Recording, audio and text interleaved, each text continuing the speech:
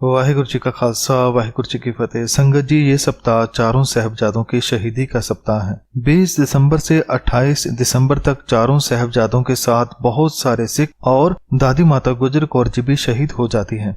गुरु गोविंद सिंह जी का पूरा परिवार इस हफ्ते में शहीद हो जाता है, इसलिए इसको शहीदी हफ्ता भी कहते हैं। कई लोग 15 दिन या 15वाड़ा भी कहते हैं। तो मैं कोशिश करूंगा कि गुरु साहब की कृपा से रोज एक वीडियो बनाऊं और एक एक दिन के बारे में बताऊं कि 20 दिसंबर से 28 दिसंबर तक क्या क्या हुआ। तो आज 6 पोष, जिसे पंजाबी में 6 पोह का महीना भी कहा जाता है, ये दिसंबर में कभी 20 और कभी 21 तारीख को ये 6 पोष आती है। सो इस बार 20 दिसंबर को ये दिन आ रहा है। तो इस दिन गुरु गोविंद सिंह जी आनंदपुर साहिब का किला छोड़ते हैं, यानी घर को छोड़ते हैं।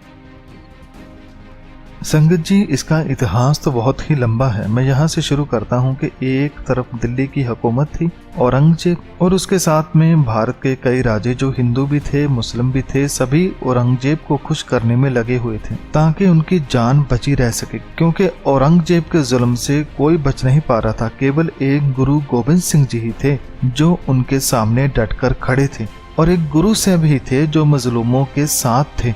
जनता का तो बहुत बुरा हाल था। वो राजे जो गरीबों के या जनता के सहारे थे, वह राजे भी औरंगजेब का हुक्म मान रहे थे। तो आप समझ सकते हैं कि उस वक्त जनता का क्या हाल था। तो गुरु गोविंद सिंह जी को मनाने की उन राजाओं ने, मुगलों ने बहुत कोशिश की। बहुत सारी गुरु गोविंद सिंह जी के साथ युद्ध भी हुए, लेकिन गुरु साहब ने कहा कि जान जा सकती है लेकिन जुल्म के आगे झुका नहीं जा सकता। तो फिर औरंगजेब काफी चिंता में आ गया और उसने कहा कि एक एक राजा भेजना अच्छा नहीं, क्योंकि एक एक राजा करके भेजते हैं, उनकी सेना भेजती हैं तो वह मारा जाता है। इसलिए अब सबको एक साथ जाने का हुक्म जारी कर दिया जाता है। उसने दिल्ली, सरहंद, जम्मू व मुल्तान के नवाबों को लिखा कि वह सब मिलकर आनंदपुर साहिब पर हमला करे और श्री गुरु गोविंद सिंह जी को कैद कर ले। यदि गुरु जी को जिंदा ना पकड़ा जा सके तो उनका सिर काट कर लाया जाए। उसने बहुत सख्ती से लिखा कि इस काम में रत्ती भर भी विलंब ना किया जाए। तो औरंगजेब का आदेश पहुंचने के उपरांत सरहंद के नवाब वजीर खान ने पहाड़ी राजाओं को कहा कि वह इस बार आनंदपुर साहिब पर हमला करने के लिए मुगल सेनाओं का साथ दें।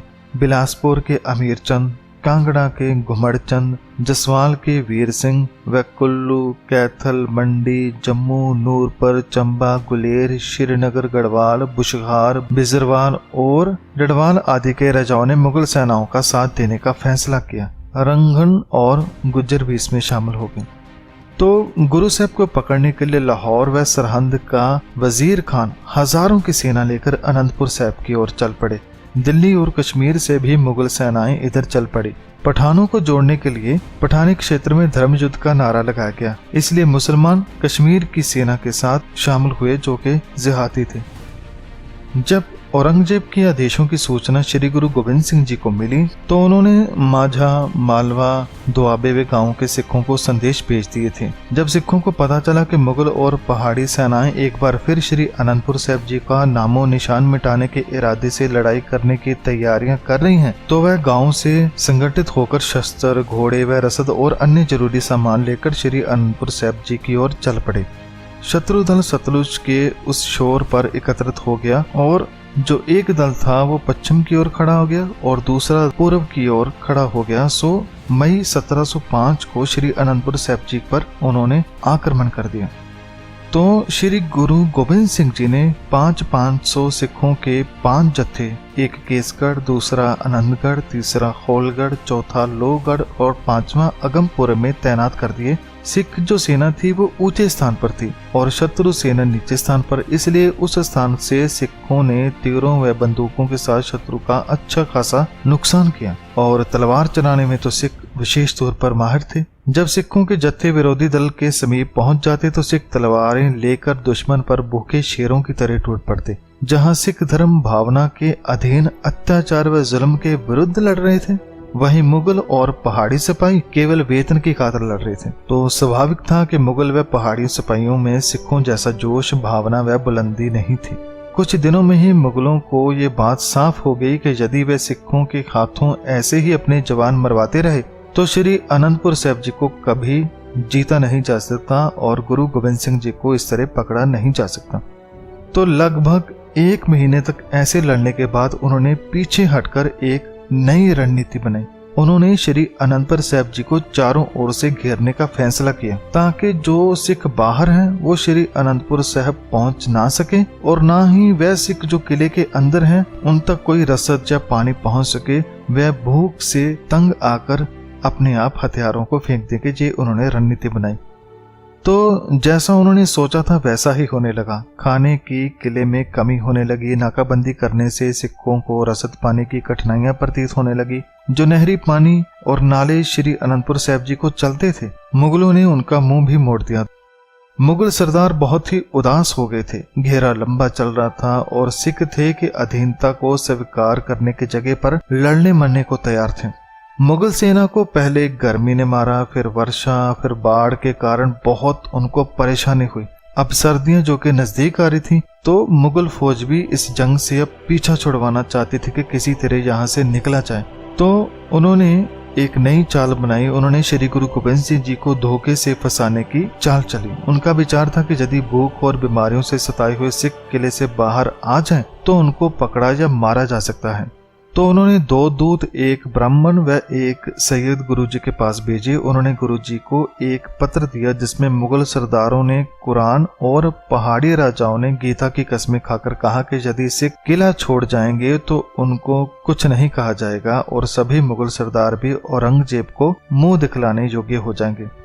जब वह चले गए तो गुरुजी ने सिखों को समझाया कि ये सब उनकी एक चाल है, एक रणनीति है। मगर सिखों ने कहा कि उन्होंने अपने धार्मिक ग्रंथों की कसमें खाई हैं तो किला छोड़कर जाने में क्या हर्ज है। गुरुजी ने कहा ठीक है, मैं आपको हकीकत अभी समझा देता हूँ। तो गुरु साहब ने कुछ बैलगाड़ियों, खच्चरों व गधों पर फटे पुराने कपड़े, टूटे जूते व कूड़ा आदि लाद दिया। इस सब को कीमती सामान की भांति ढककर शहर से बाहर भेजा। आधी रात का समय था और खच्चरों व गधों के सिरों पर जलती हुई मशालें बांध कर रखी थी। जब मुगलों ने देखा और सोचा कि कीमती सामान बैलगाड़ियों और खच्चरों पर लाद कर बाहर भेजा जा रहा है तो उन्होंने उस माल पर हमला बोल दिया। जब फटे पुराने कपड़े तथा कूड़ा हाथ लगा तो उनको बहुत शर्मिंदगी उठानी पड़ी। तो उसके बाद सिखों ने गुरुजी से क्षमा मांगी। सिखों को दुश्मनों से घिरे हुए और शत्रु के साथ लड़ते हुए 6-7 महीने बीत गए थे। इन दिनों में ही औरंगजेब की एक चिट्ठी आई जिसके साथ उसने दस्तखत किया हुआ कुरान भी भेजा था। उसने उस चिट्ठी में गुरुजी को कई आश्वासन दिए थे और लिखा था कि शाही प्रतिष्ठा को कायम रखने के लिए ये जरूरी है कि आप श्री अनंतपुर साहिब जी का किला खाली कर दें। जब सिख योद्धाओं को औरंगजेब की चिट्ठी का पता चला तो उन्होंने मिलकर गुरुजी को विनती की कि सभी की भलाई के लिए गुरुजी जंग बंदी का ऐलान कर दें और सिख सैनिकों सहित नगर खाली कर दें। गुरुजी ने सबको धैर्य बंधवाया और समझाया कि ये भी दुश्मन की कोई नई चाल है। उधर गुरुजी ने प्रमुख सिखों के साथ हालात के बारे में विचार विमर्श किया। सिखों के पास रसद पानी तो खत्म हो चुका था, पेड़ों के छिलके भी पीस पीस कर खा लिए थे। ऐसी दशा में और अधिक लंबे समय के लिए लड़ा नहीं जा सकता। तो अंत में ये फैसला किया गया कि अच्छा है कि दुश्मन के साथ रण में जूझकर शहीदी प्राप्त की जाए। जो सिख लड़ते हुए बच जाते हैं वह सुरक्षित स्थान पर चले जाएं और तैयारी करके फिर मुगल हाकिमों के विरुद्ध संघर्ष छेड़ें। तो ये मता वहां पर पास किया गया। दूरदर्शी गुरुजी ने शत्रु की हर तरह के धोखे और चालों को दृष्टि में रखते हुए छोटे साहबजादों, पत्नी और माता गुजरी जी की सुपुर्दगी अलग अलग सिखों में कर दी ताकि प्रत्येक सिख अपनी अपनी जिम्मेदारी के प्रति सजग रहे। गुरुद्वारों की सेवा संभाल के लिए उदासी सिख भाई गुरबख्श सिंह जी को श्री अनंतपुर साहिब में रहने की आज्ञा दी। तो इस तरह से गुरुजी ने सिखों को अलग अलग बांटा और वहां से जाने की तैयारी की। सन 1705 ईस्वी में 6 पोष यानी 20 दिसंबर की मध्य रात्रि का समय पंजाब में शीत ऋतु अपने यौवन पर थी। बाहर हड्डियां जमाने वाली सर्दी थी क्योंकि 2 दिन से घनघोर वर्षा हो रही थी और अभी भी बूंदाबांदी हो रही थी। श्री अनंतपुर साहिब जी में सन्नाटा था। कोसों तक फैले मुगलों के शिविरों में मौन व्याप्त था। संसार सो रहा था लेकिन श्री अनंतपुर साहिब जी के अंदर कुछ हलचल थी। श्री गुरु गोबिंद सिंह जी की श्री आनंदपुर साहिब जी में ये अंतिम रात थी। कल प्रातः न जाने वह कहाँ होंगे और उनके बच्चे कहाँ होंगे। तो संगत जी, ऐसे गुरु साहब ने आनंदपुर साहब का किला परिवार सहित छोड़ा, लेकिन इसके बाद भी मुगलों ने गुरु साहब का पीछा नहीं छोड़ा। मुगलों ने क्या क्या किया ये कल का इतिहास है, यानी 7 पोष का जब गुरु साहब के परिवार अलग हो जाता है, दुश्मन हमला कर देते हैं। इसके बारे में हम अगली वीडियो में जानेंगे। तो अंत में मैं गुरु साहब और उन सिखों को बारंबार प्रणाम करता हूँ जो 6 महीने तक गुरु साहब जी के साथ इस हालात में आनंदपुर साहब में रहे, और उन सभी शहीदों को प्रणाम करता हूँ जिन्होंने शहीदियाँ प्राप्त की। वाहिगुरु जी का खालसा, वाहिगुरु जी की फतेह।